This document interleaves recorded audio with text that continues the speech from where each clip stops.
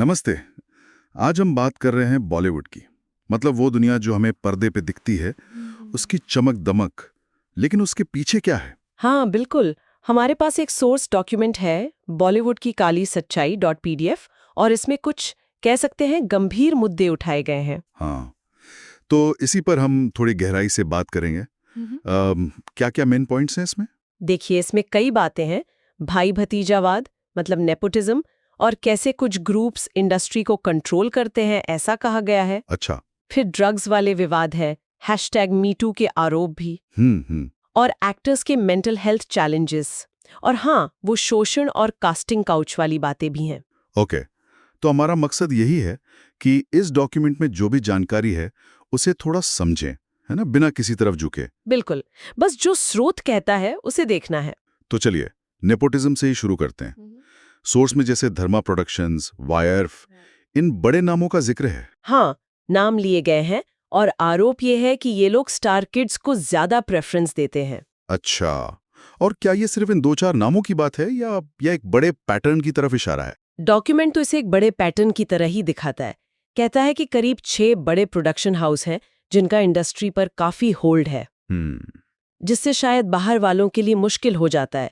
वो कंगना रनौत के movie mafia वाले बयान का भी जिक्र है इसी कॉन्टेक्स्ट में। Right right. अच्छा, ये तो हुई पावर स्ट्रक्चर की बात। अब वो दूसरा गंभीर मुद्दा, ड्रग्स का। सुशांत सिंह राजपूत की डेथ के बाद जो एनसीबी जांच हुई थी, हाँ हाँ, उसका तो काफी डिटेल में जिक्र है। दीपिका पादुकोण, श्रद्धा कपूर, सारा अली खान, इन सब जानी मानी हस्तियों से पूछताछ हुई थी। और वो व्हाट्सएप कोड वर्ड्स, माल है क्या टाइप के।